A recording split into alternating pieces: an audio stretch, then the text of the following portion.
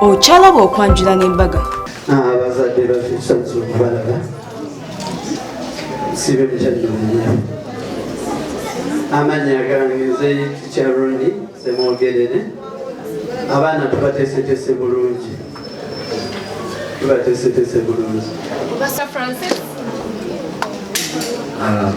balamusizza abassebo ne bannyabo.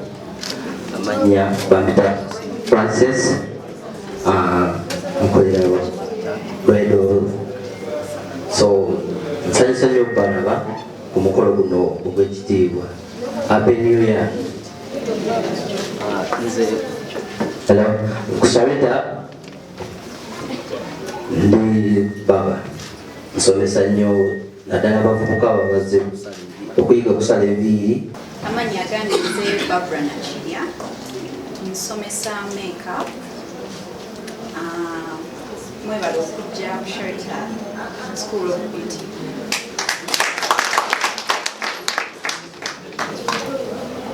Mbalamusizzaako bassebo ne bannyabo.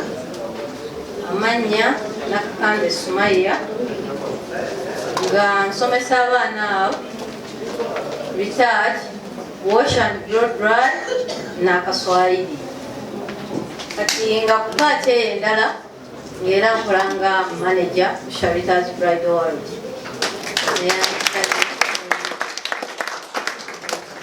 Bannange musaasire simanyi nawa wakutandikira. Nina ekizibu kimu nti nkaaba mangu nga nsanyuse. Musabire ndeke kaaba naye singa mpitira n'enkaaba gajja kuba maziga ga ssanyu. Ndi musanyufu nnyo nnyo nnyo, simanyi na wakutandikira. Wabula nzikirize babuzeeko nga bagamba nti nsanyuse nnyo okubalaba bassebo ne bannyabo. Bannange muweeko ku ngalo. Mugenyi waffe omukulu minisita wa Kampala Hajati Mensa Kabanda, maama simanyi wakutandikira okwebaza naye webale nnyo webaliddala nnyabo okukkiriza n'ojja kutikira abayizi baffe bano abakubuse mu byobulungi. Abayizi baffe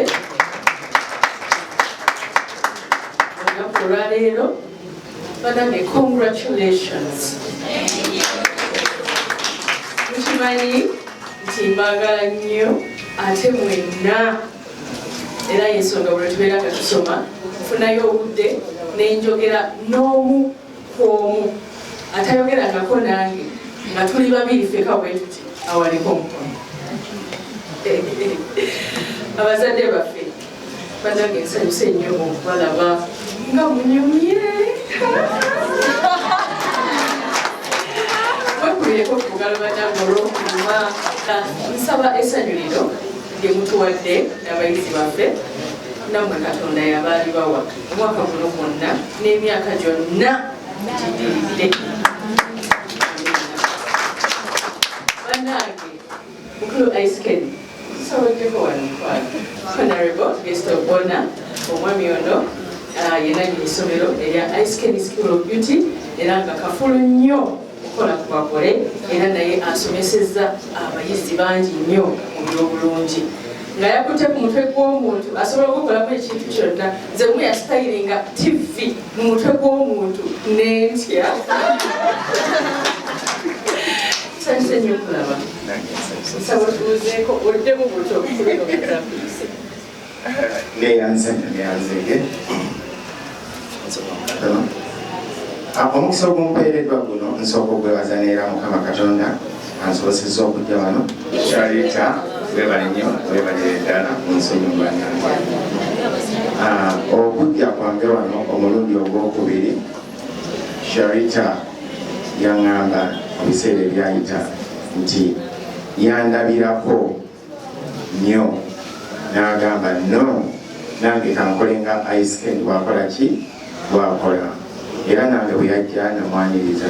So webale nnyo okutwegattako mu field eno, era Mukama Katonda akulembeze ekisa ekyenjawulo. Mugumpimpi, eno graduation yaffe esoose nga Sharita School of Beauty.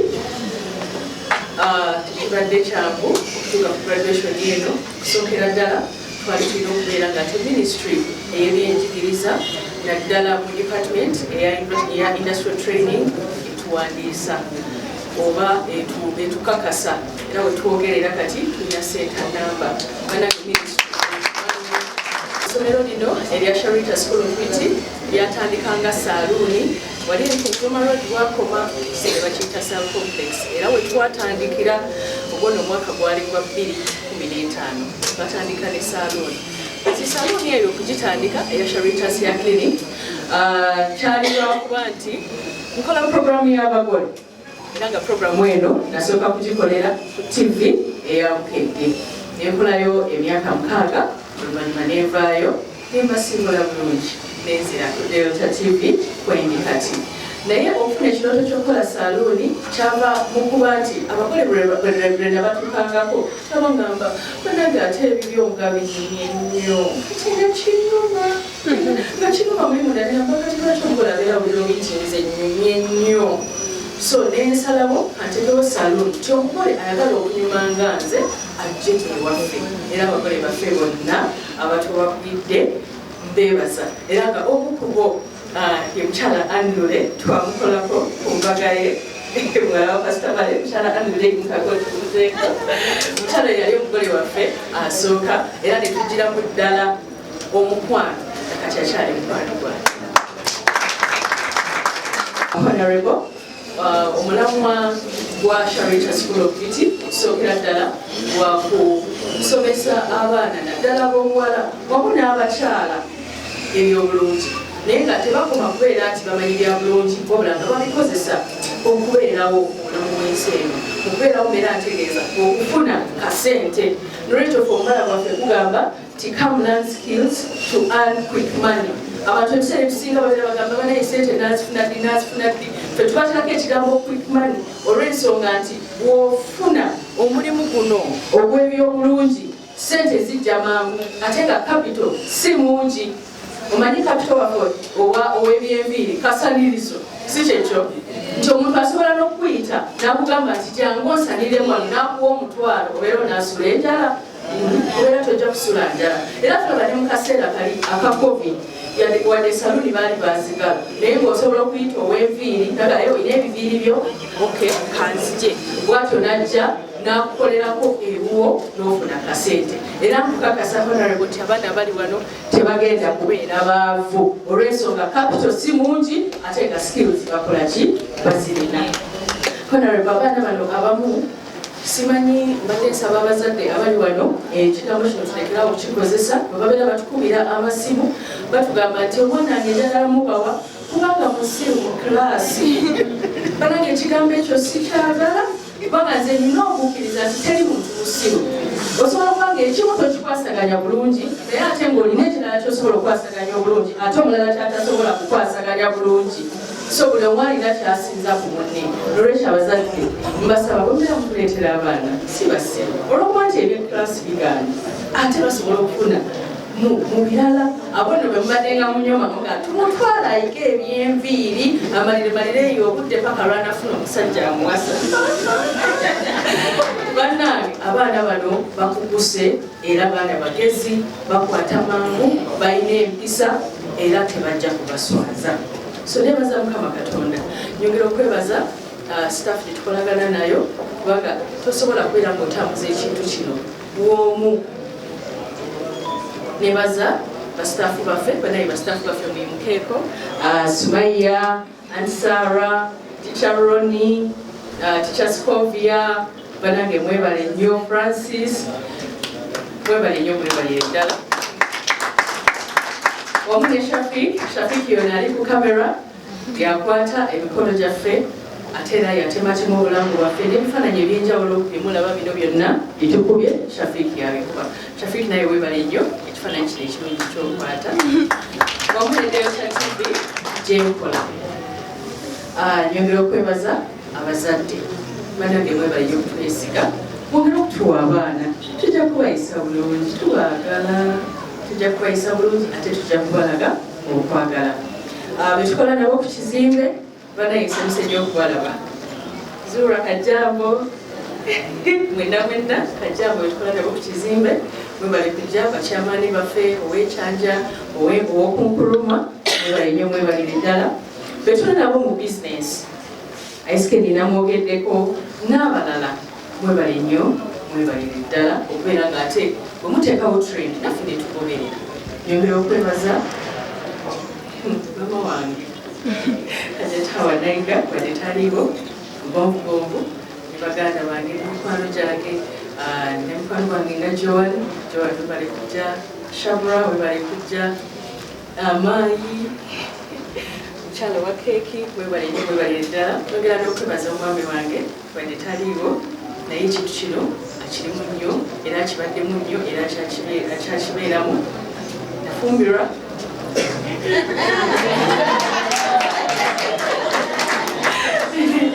Mwami Kaweesa era nze Sharita Kaweesa nenzala ne baby girl baby Nakigozi Wedlin. Mwami wange yonna gy'oli twagala nnyo twebale nnyo byonna.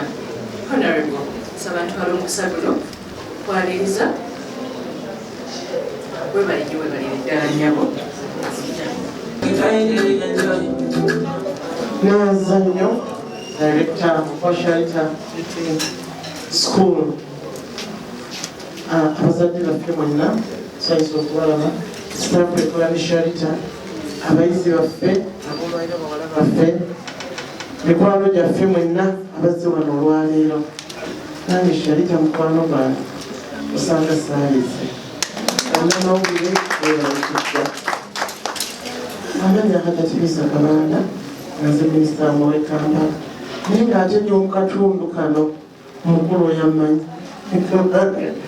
nange ampa ku ssente wali ku ddwaliro. Ndi awo ku Doctors Clinic nze nanyi Doctors Clinic mu Kalituuzi era nga nange neeyimiriza okuba tunasoma omulimu gw'omumutwe. Kati bwe mbeera wano nga nammwe mbalaba nti musomye omulimu gw'omumutwe nze mbagamba nti mwakoze ekisingayo obulungi. Fenga abali mu KCC nze minisita w'e Kampala n'emiriraano abajjanga banoonya emirimu kati Kabada ziri West zajjula. Tewali muntu alina bizinesi alina clean money nga muntu alina kintu kya mutwe kubanga basolooza ebintu byonna buli kimu kiriko omusolo ate kapito nga yeetaaga nene nnyo okubanga oyimiriddewo naye omulimu gw'omutwe kapito yo ekutambulira mu ki buli kyolina okukola kwe kulaba nti okola ekyo kiteekeddwa okukolebwa. Enviiri zino bwe zajjira ezo oyituluku straight biki nga tulina saluni eri ku Commercial Bank yalinga eyo wansi eyo tetwaleyo tuli bawala naffe tuvubuka naye ng'osimba layini nebagamba layini gye twagala kati eweddeyo nga naye okutte namba 24 kati gwe nogamba njakeera ate ndabe nga basookera ku nze. Omugole n'agenda mu saluni yakeddeyo ku makya ng'ayinza okuvaayo ku 10 anti layini tennatuuka naye kati bakuleeta waka n'okola feesi n'okola buli kimu n'oteeka n'enviiri n'ositayiringa omugole n'afuluma nti obulaba kati ebintu bigonze era nze ndeebaza gavumenti okuba nti yatukkiriza ffenna okulaba nga biro binasobola okubikola. Mwebale nnyo mwebale ddala.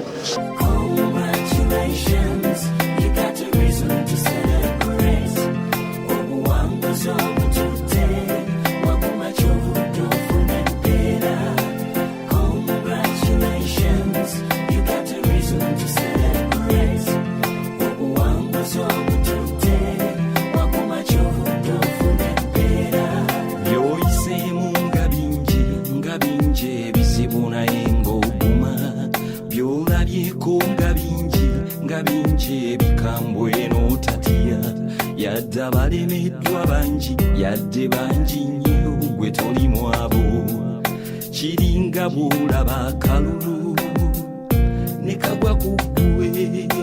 Congratulations, you got a reason to celebrate. Obuwanguzi obututte waguma ky'obuddufu n'empeera. Congratulations, you got a reason to celebrate. Obuwanguzi obututte waguma ky'obuddufu n'empeera. Kulika nnyo mwattu obuwanguzi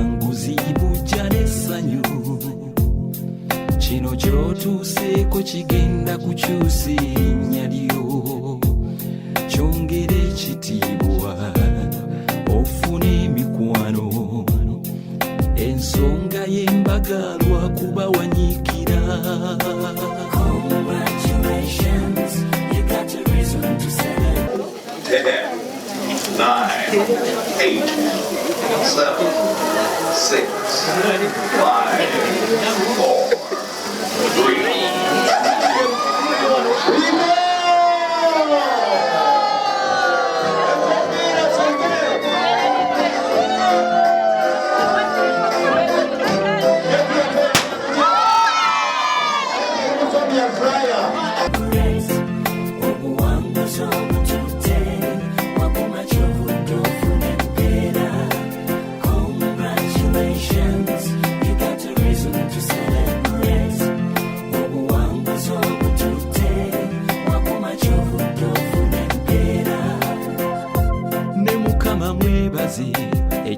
Bannange tugenda kubanga tumaliza programu yaffe kulikayo nnyo ku graduation yaffe eya Sharita School of Beauty.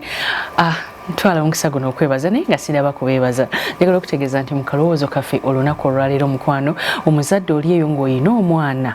Abazadde ebiseera ebisinga bwe munkubira essimu mumanyi okugamba nti omwana wange njagala muleeta ayiga eby'enviiri kubanga musiru mu kibiina, munnange takwata bulungi, munnange ebintu tabitegeera. Bannange abazadde tukomye enjogera eyo. Twatikidde abaana, abazadde ne basanyuka, ne kitegeeza nti omuntu yenna bw'abanga alina obunafu mu field endala tekitegeeza nti ate agenda kubeera n'obunafu mu field endala.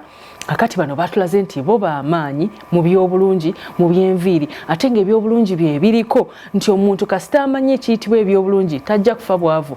Kapito w'enviiri kasanirizo. N'ekyo omuzadde kyenkugamba olunaku lwaleero zuula omwana wo, tomuyita musiru ng'olaba eby'omu kiraasi biganye, nedda si musiru, gwe muzuule buzuuzi olabe kiki ky'ayagala. Bw'aba ayagala kusoma bya nviiri muleete ku Sharita School of Beauty. Oba ayagala byakutunga, ebyokutunga gye bujja maaso tujja biteekako. Ayagala byakutimba nabyo gye bujja maaso tujja biteekako. Ayagala byakanika mutwale mu ebyo. Ayagala wegamba emirimu gino egy'ebyemikono kapito waabyo mutono ate nga abantu basobolera ddala okukola essente. Omuzadde omwana wo togwamu ssuubi ng'olaba eby'omu kibiina tabikwata. Bw'aba abikwata muleka asome. Muleka asome afuke kyonna kyayagala okufuka kuba buli omu asobola okubeera successful wonna wayise. Naye bw'aba tabikwata nga naye akulaga nti no tabikwata, zuula ekyo kyennyini kyakulaga kyayagala. Tomukaka kukola gwe kyoyagala. Ate era bw'obeera okizudde muzzeemu amaanyi nti naye asobola okufuuka ow'amaanyi. Mu kaseera kano njagala okubeera nga nnyongera okwebaza n'okongratulating aba student baffe be twatikkidde ku Sharita School of Beauty. Mwebale nnyo mwebalire ddala. Mugenda kufuuka abakazi ab'amaanyi, mugenda kukola ssente, mugenda kweyagala. Era bw'obeera ng'oli eyo ng'oli student nga tonnafuna mulimu, nga tetunnakufunira mulimu, essimu yange kweri ogimanyi. Kuba essimu tukufunira omulimu. Ffe ba student ababeera basomedde waffe tubafunira emirimu kasita babeera nga baagala ate abamu ku bo tukola ki tubasigaza. Nyongera okubeebaza okubeera nga mwalondawo Sharita School of Beauty ne mujja ne musoma muli mikwano gyange era mbamanyi kinoomu mwenna mbamanyi era bw'onsanganga mu kkubo tompitako teweekweka. Bw'oba tolina mulimu ngamba madamu sirina sinnafuna nti kale jangu tukufunira omulimu. Mwebale nnyo mwebalire ddala bannange abazadde, mwebale nnyo mwebalire ddala kutuwa ba student, mwebale nnyo mwebalire ddala nammwe abatannabaleeta tugamba titwaguddewo okusoma abaana baleete bajje basome. Fiizi mpola mpola era tuteesa. Bannange nnyongera okwebaza omugenyi waffe omukulu Hajat Minsa Kabanda. Webali nnyo mwebalire ddala maama minisita wa Kampala. Webali n'ebirungi by'okoledde Kampala n'omutereeza n'obeera ng'oli muntu w'abantu. Webali nnyo webalire ddala minisita wa Kampala Hajat Minsa Kabanda n'ogamba nti nokojje n'otuwa obudde n'otikkira abayizi baffe. Ffe baani abamu ku ffe bayitanga baferiya naye kakati nga gwe yabatikkidde. Webali nnyo mami Inginiya Katumba mukwano nkutumiddeko nnyo. Nyongera okwebaza Martha Mukisa webale kujja nyongera okwebaza aba Canada Hotel mwebale nnyo mwebalire ddala. Nebaza ate betukola nabo kubanga Sharita School of Beauty si ya muntu omu wabula tukola nga team. Sokera ddala anzirira Sumaya webale nnyo webalire ddala. Waliwo Shafiki yakwata buli kifaananyi. Mama Shafiki nga wanyuma bulala wekubiza ku bifaananyi mu lugoye olwo. Webale nnyo webalire ddala. Francis webale nnyo. Grace, Teacher Sarah, Auntie Sarah, Teacher Scovia, Metroni waffe, Skari, ba school leaders bonna ni gwe nerabiddeyo Ronnie kutumiddeko nnyo Alex namwenna ne nebaza sister wange eyali MC ne ye teacher Remy asomesa ku Gayaza High School wamu ne Abuchaze gwe tukola naye ku Super FM naye yali MC ekino mukitambuza bulungi mwebale nnyo mwebale ddala besebaza nerabidde weerabizi naye yonna gy'oli nkwagala nnyo bafaani mwenna n'omulala generi omwami wange omulungi mwami Jeff Kawesa webale nnyo webalire ddala byonna byewateekamu ku graduation yaffe neyasooka eya Sharita School of Beauty. Mama wange omulungi bannange nkutumiddeko nnyo ne baganda bange bonna mwebale nnyo okubeera nga mumpa support mu ssomero lino era nkukakasa Sharita School of Beauty, Sharita's Bridal World egenda kuweereza mu ngeri yennyini gy'osuubira. Nkwagala nnyo Mukama Katonda akunkuumire. Alaba Delta TV nindiridde okubeera nga tutuleetera student wamu n'okulaga emikolo gy'oku TV ne programu yaffe ey'abakyala eya mami eyakola mba naye leero njogedde bingi naye essanyu. Bye.